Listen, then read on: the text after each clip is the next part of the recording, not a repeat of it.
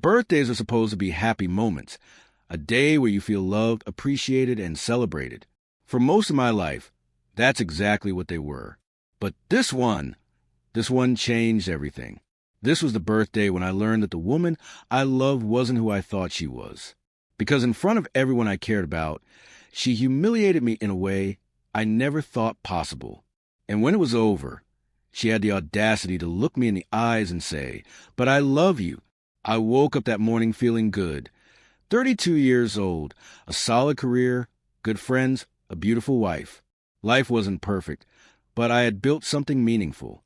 And tonight was supposed to be a celebration of that. Laura, my wife, had insisted on planning the party herself. "Just relax," she had told me with a smile. "Let me handle everything." So I did. I let her take control. I let her choose the venue, the guest list, the decorations. I trusted her, and that was my first mistake.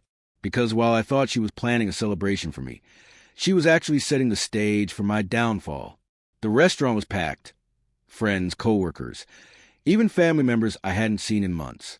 There was a huge cake, drinks flowing, music playing, the kind of party people would talk about for weeks. And at the center of it all was Laura. She was smiling, laughing, acting like the perfect wife. She kissed me, pulled me into conversations, made sure I always had a drink in my hand. It felt like love. It felt right. But in hindsight, I should have noticed the small things. The way she kept glancing at her phone, the way her friends whispered to each other, exchanging looks, the way she seemed too excited about something I didn't understand. Because what I didn't know was that this wasn't just a party. It was a setup. It happened when the speeches started. My best friend Jake kicked things off with a light-hearted toast about how we'd known each other since college. A few others followed. Some funny stories, some sentimental words. And then it was Laura's turn. She stood up, grinning mischievously as she tapped her glass. Okay, my turn," she announced, flipping her hair over her shoulder. Everyone turned to her, smiling, expecting something sweet, something romantic, something a wife would say to the man she loves. But instead, she took the microphone and destroyed me. "First of all, let's all take a moment to appreciate how lucky I am to be married to this man," she started, looking at me with a smile that wasn't real. People chuckled. They had no idea what was coming next. I smiled back, expecting a playful joke or an inside story. Then she continued. "I mean, ladies, you know what it's like when you marry someone and realize they're not exactly the man you thought they were?" The room shifted, some nervous laughter, some confused expressions. I felt a twinge of something in my stomach. Something wasn't right. Like, "Don't get me wrong," she went on, her tone playful, but her eyes sharp. "I love him, I do. But let's just say, if I had known some things before we got married, maybe I would have made different choices." My stomach dropped. The first ripple of humiliation crept up my spine. She wasn't toasting me. She was roasting me. And she wasn't done. She joked about how I had gained weight since we got married, exaggerating it like I had let myself go entirely. She laughed about how I was terrible at fixing things around the house, making me sound completely useless. She told everyone I cried during movies, not in a sweet or endearing way, but as if it was pathetic. And then she went for the final blow. And oh my God, you guys, let's not even talk about our love life. A few people gasped. Some laughed, thinking it was just a joke. But I knew she had just crossed the line. This wasn't playful anymore. This was humiliation. This was intentional. I could feel the eyes on me, some amused, some uncomfortable, some pitying me. And that was the worst part. I wasn't just embarrassed. I was being pitied by my own friends, my own family. And Laura? She just stood there laughing, acting like it was all harmless fun. I stared at her, my face burning, my hands clenched on the table. I could have laughed it off. I could have played along. But something inside me had shifted, because suddenly I saw everything clearly. This wasn't a mistake. This wasn't a drunk slip-up. This was who she really was. And the realization hit me like a train. I had spent years loving someone who didn't respect me. I had trusted someone who was willing to tear me down in front of an audience. And that's when I knew This wasn't just a bad birthday. This was the beginning of the end. There's a moment after something terrible happens when your mind refuses to process it. It's like your brain is trying to protect you from the pain, from the realization that everything you thought was real has just been ripped away. And that's exactly how I felt. I felt it the second Laura put down the microphone. The laughter was dying down. People shifted in their seats, whispering to each other, throwing glances at me that burned my skin. And me? I just sat there, frozen. My heart pounded in my ears, but my face was completely numb. I wasn't sure if I wanted to explode in anger or just disappear completely. Laura sat back down next to me, smiling like she had just delivered a great performance, like what she had done was harmless fun. She leaned in, touching my arm. "Babe, don't be mad. It was just a joke." A joke. I turned my head slowly, staring at her, trying to understand how she could even say that. "A joke?" I repeated, my voice low. "You think that was a joke?" She rolled her eyes, still playing the charming, innocent wife in front of everyone. "Oh, stop being so sensitive." Everyone was laughing. They loved it. I clenched my jaw because I knew what she was doing. She was trying to make me feel like the bad guy, like I was overreacting, like I was the one ruining the party. But the truth? She had just humiliated me in front of everyone, and she didn't even care. I could feel the weight of all the eyes on me. Some people avoided looking at me altogether, pretending it never happened. Some whispered, glancing between me and Laura. And the worst ones? The ones who had actually laughed, they were waiting to see what I would do, waiting to see if I would just laugh it off and take it. Because that's what she wanted. That's what everyone expected. For me to just smile, pretend it was nothing, and go along with the show like a pathetic little joke of a husband. But that wasn't going to happen. Not anymore. My hands were clenching to fists under the table. I had never been this angry in my entire life. Not even in fights as a teenager. Not even when someone tried to mess with me at work. This was different. Because this wasn't a stranger doing this to me. It was my wife. The woman who was supposed to have my back. The woman who was supposed to be my partner. Instead, she was laughing at me, tearing me down in front of people I respected, mocking me in front of my friends, my family, my colleagues. And the worst part? She knew exactly what she was doing. I could see it in her face. She was enjoying it. And that was the moment I knew. I could never look at her the same way again. I exhaled slowly, forcing my heartbeat to slow down. I wasn't going to explode. I wasn't going to yell or make a scene, because that's what she expected. That's what she wanted, for me to react, to get defensive, to make her the victim. So I did the one thing she never saw coming, that I went completely still. Calm, controlled. Then I slowly pushed my chair back and stood up. The room went dead silent. Laura blinked up at me, confused. "Where are you going?" I looked down at her, and for the first time since we met, I didn't feel love for her. I felt nothing. "I need some air." I didn't wait for a response. I turned and walked away, leaving her and the entire party behind. I didn't go outside for fresh air. I didn't take a breather and come back inside like everything was okay. I got in my car and drove away. I didn't check my phone. I didn't respond to the texts that started coming in from friends asking if I was okay. I just drove, because I needed to get away from her. And that's when she must have realized that something was different, that I wasn't just angry, that I wasn't going to brush this off. Because the moment I pulled into my driveway, parked, and sat in silence for a second, my phone buzzed. It was her. "Babe, where'd you go?" I stared at the screen, and for the first time ever, I didn't feel the need to answer her, because something inside me had shifted. This marriage, it wasn't going to survive this. And deep down, I think she knew it too. There's a moment in life when you realize that some people don't actually love you. They just love having control over you. And when I read Laura's text, "Babe, where did you go?" I knew she wasn't worried. She wasn't feeling guilty. She just didn't like that I walked away first. And for the first time, I wasn't going to be the one chasing after her. I ignored her text.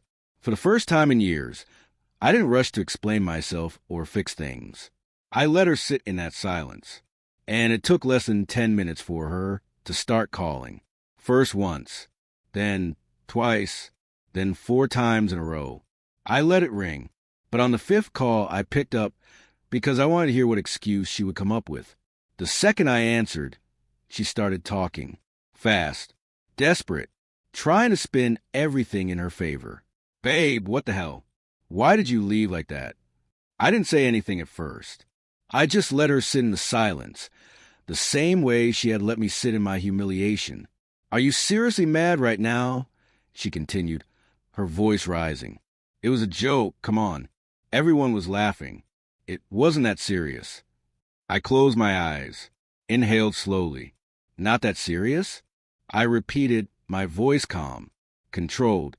You stood up in front of all my friends, my family, and ripped me apart like I was some joke to you. And you expect me to just laugh along? She sighed, like she was the one getting frustrated. You're overreacting. God, I didn't mean anything by it. And that's when I laughed, because I finally understood. She didn't feel bad. She wasn't sorry. She was just mad that I wasn't playing my part anymore. After I didn't respond, she changed tactics. Her voice softened. Listen, babe, you know I love you, right? I didn't say anything. I would never hurt you on purpose. She exhaled, lowering her tone, like she was trying to guilt me into feeling bad. I just wanted to make people laugh. I wanted you to have a fun birthday. I thought you'd be okay with it. I clenched my jaw. There it was, the classic gaslighting.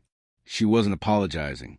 She was trying to rewrite reality, trying to make me believe I was the one being unreasonable, that I was the problem for not finding it funny, that her public humiliation of me was somehow an act of love. And the worst part, I had fallen for these tactics before. The countless times she made me doubt my own feelings. The times she made me feel like I was too sensitive whenever she crossed a line.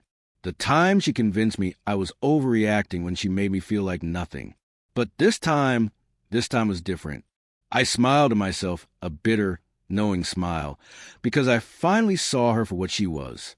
Not a loving wife, not a caring partner, just someone who needed a punching bag to make herself feel better. And I was done being that. Laura, I said her name calmly, evenly. You don't humiliate the people you love.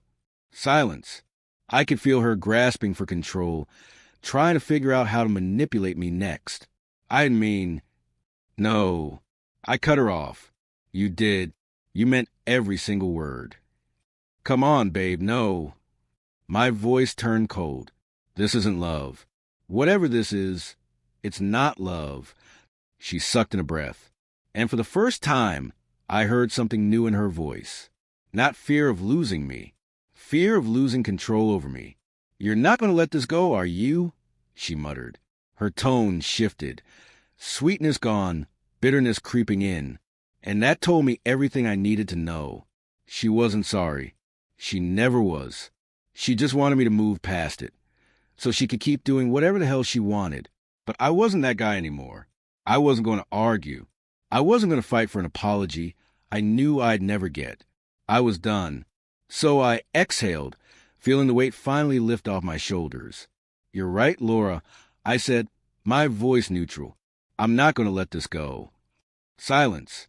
So what now? She asked, voice sharp, annoyed. I let out a slow breath. Now, I said, already knowing exactly what I was about to do next.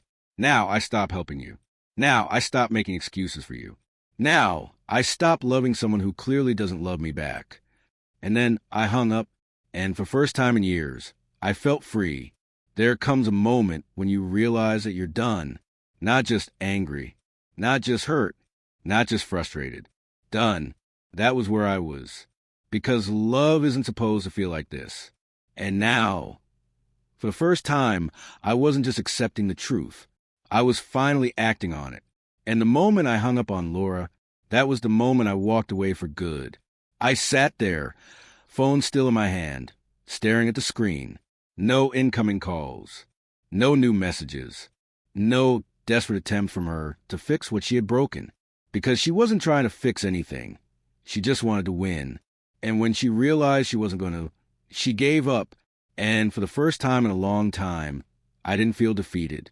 I felt relieved because I didn't have to fight for her attention anymore. I didn't have to convince myself that her love was real. I didn't have to make excuses for the way she treated me.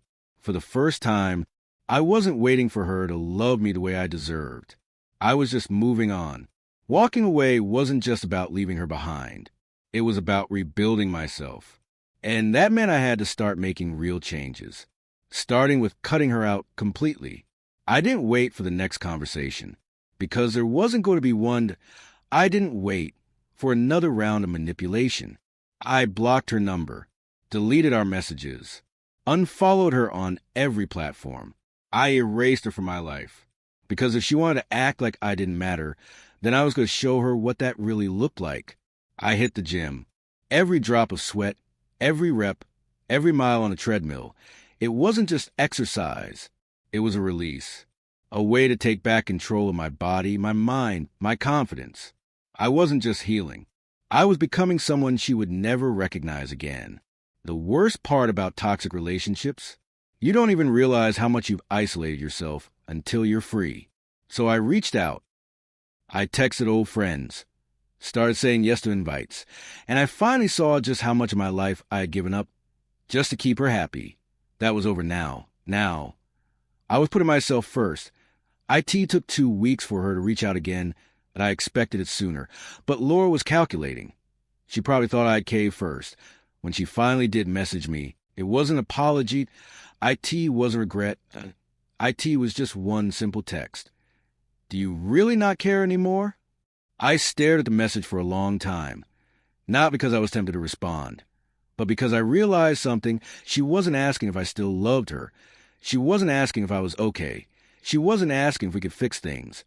She was just trying to see if she still had control over me. And the answer? No. She didn't. So I did the one thing she never expected. I left her on read. She thought she had won that night. She thought she had broken me in front of everyone, made me a joke, made herself the center of attention. But in the end, she was the one left chasing a ghost, because now she had to sit with her own choices. She had thrown away a man who actually loved her. She had lost someone who would have done anything for her. She had gambled on humiliation over respect. And in return, she got exactly what she deserved: nothing. I took one last deep breath, looked at the city lights through my window, and smiled. Not because I was happy about what happened, not because I wasn't still healing, but because I knew I was never going to let this happen again. Never again would I beg for love. Never again would I fight for someone who wasn't fighting for me. Never again would I be someone's joke. Because I was no longer her victim, that I was free, and I wasn't coming back.